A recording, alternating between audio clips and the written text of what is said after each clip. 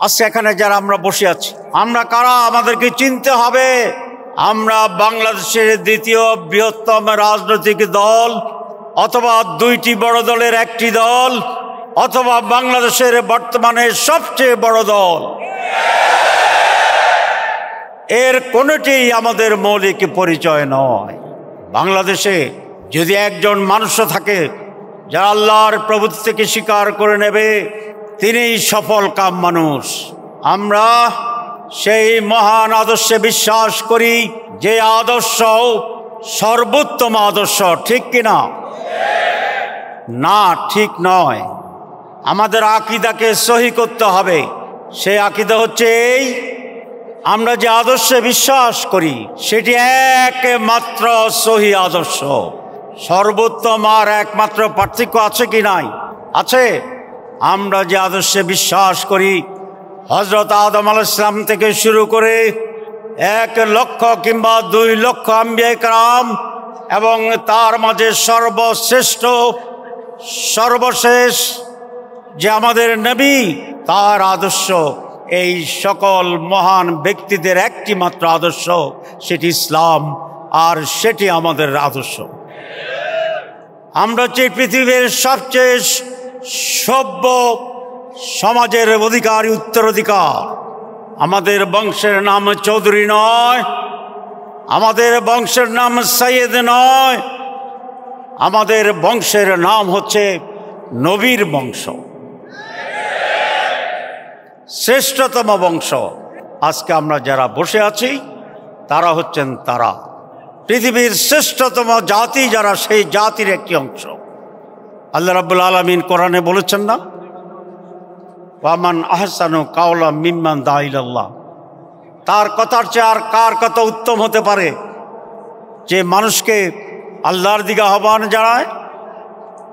তাহলে এই ছোট আয়াতের অর্থ হচ্ছে, আমাদের কথা হচ্ছে উত্তম কথা, যদি সেটি ইসলামের কথা হয়, সত্যের কথা হয়, মানুষের কথা হয়, মানুষের জন্য কথা হয়। কুনতুম খায়রা উম্মাতিন উখরিজাত লিন-নাস তা'মুরুনা বিল মারুফ ওয়া তানহাউনা আনিল মুনকার ওয়া তু'মিনুনা বিল্লাহ। আল্লাহ রাব্বুল আলামিন কোরআনে বলছেন, তোমরাই শ্রেষ্ঠ জাতি। কুনতুম খায়রা উম্মাতিন, you are the best nation, you are the highest nation, you are the greatest nation, and you are the best nation again. তোমরা সর্বোত্তম জাতি। কে সার্টিফিকেট দিয়েছে? আল্লাহর সার্টিফিকেটের উপরে আর কোনো সার্টিফিকেটের প্রয়োজন আছে? আল্লাহ বলেছেন, তোমাদেরকে সৃষ্টি করা হয়েছে মানুষের জন্য, লিন্নাস। লি মানে জন্যে, নাস মানে মানুষ। আপনারা লয়ে বিব্রত রহিতে আসে না কেউ অবনি পরে, সকলের তরে সকলে মোরা, প্রত্যেকে মোরা পরের তরে। এটা জানেন না? কে কে হাত তোলেন? জানেন না? সবাই জানেন, কিন্তু এটা কি আপনারা জানেন যেটা কবির কোনো কাব্যিক কথা নয়? এটা কোরআনের এই 2 আয়াতের কাব্যিক বঙ্গানুবাদ মাত্র বাংলায়। আমরা যখন এই 2টি কথা কবির শুনি, আস্তিক নাস্তিক সকল মানুষ আমরা খুবই ইমোশনাল হয়ে যাই, আবেগ আপ্লুত হই, কত সুন্দর কথা। কিন্তু যখন বলি এটা কোরআনের কথা, এক শ্রেণীর মানুষ তখন মুখ ফিরিয়ে নেয়। ঠিক কিনা?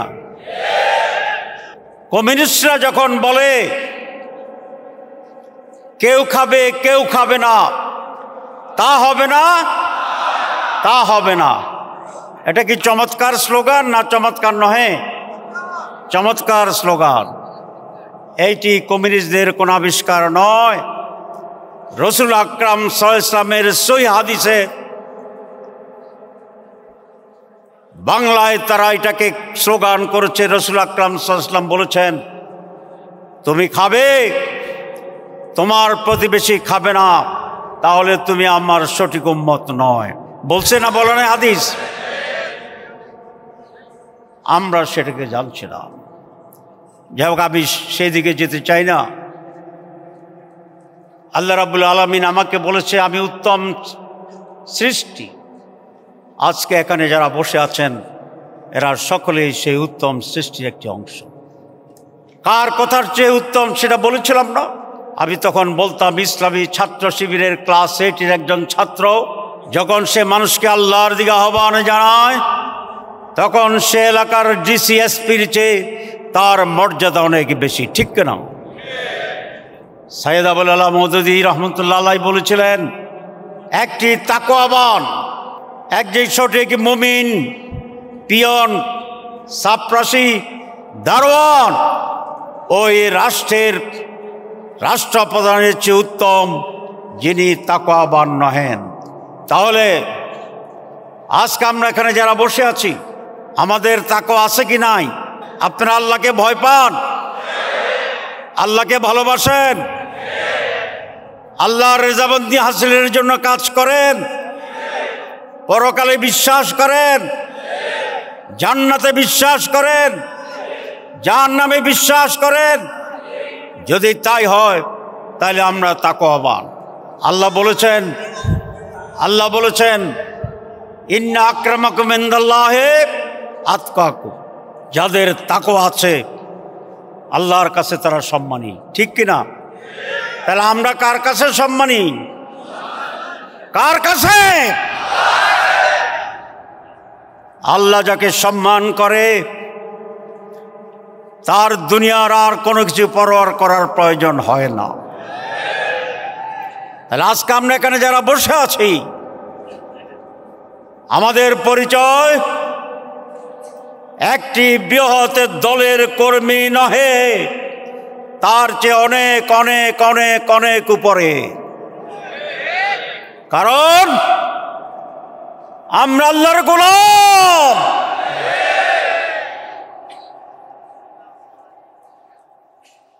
আমাদের সাথে দুনিয়ার কোনো কিছুর তুলনা হতে পারে না। এই কথাটি আজকে কর্মী সম্মেলনে এই জন্যই বললাম। আমাদের মর্যাদা, আমাদের লক্ষ্য, আমাদের ইন্সপিরেশন, আমাদের অবজেক্টিভ, আমাদের ডেস্টিনেশন, এইটি আমাদের কাছে পরিষ্কার থাকতে হবে। যখন আমরা ক্ষমতায় যাব ইনশাআল্লাহ তখন আমরা আল্লাহর গোলাম থাকব। আমরা যখন কাঠিন্যের ভিতরে পড়ব তখন আল্লাহর গোলাম থাকব ইনশাআল্লাহ। বাংলাদেশ আজ আপনাদেরকে ডাকছে। বাংলাদেশ আজকে আপনাদের প্রয়োজনীয়তা অনুভব করে। আমার বাসা থেকে নামার সময় লিফটে দুইজন মানুষের সাথে দেখা হয়েছে। আমাকে দেখেই বলল যে জাতি তো আপনাদের জন্য অপেক্ষা করছে। আপনারা কি অপেক্ষা করছেন জাতিকে ঠিক করার জন্যে? তাহলে স্লোগান ধরুন, নারায়ে তাকবীর, নারায়ে তাকবীর। সম্মানিত ভাইরা, আমাকে বলা হয়েছে সময় কতক্ষণ, বলছে আপনি যা পারেন।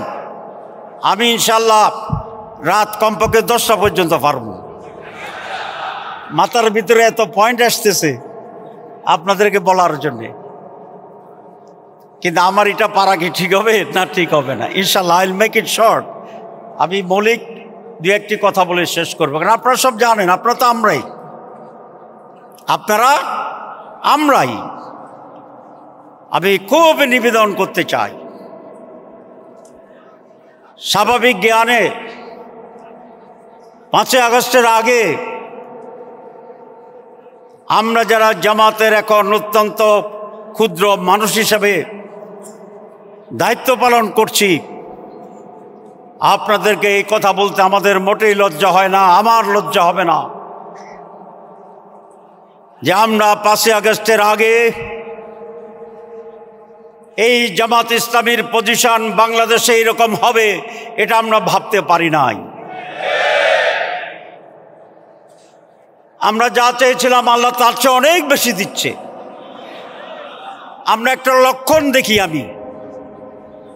আমরা যে সমাবেশ করলাম, এই সমাবেশটায় হঠাৎ আমির জামাত কয়েক সেকেন্ডের জন্য সেন্সলেস হয়ে গেছে। আমরা তো সকলে কেঁপে উঠছি, এটা খুবই স্বাভাবিক। এখন দেখি আল্লাহ এটারও পজিটিভ বানিয়ে ফেলছে। কথা ঠিক বলছি নেবে ঠিক বলছি? একদিকে সম্মেলনের প্রচার, আবার আমির জামাত কেমনে ফোর্ডের কেমনে উঠে এই সব ব্যাপক প্রচার। ওনার দৃঢ়তার ব্যাপারে কথাবার্তা চলে, ঠিক আছে নি? ওনাকে প্রেসিডেন্ট ফোন করছে, প্রধান উপদেষ্টা ফোন করছে, সেনাবাহিনীর প্রধান ফোন করছে, আর বাকি আছে নি কিছু? সমস্ত রাজনৈতিক দল গেছে, বুদ্ধিজীবী গেছে। ওইটা আচ্ছা বলতে চাই না। আওয়ামী লীগের বিরুদ্ধে অনেক কথা বলে, আমি খুব বলতে চাই না, কারণ তারা তো অলরেডি গন কেস।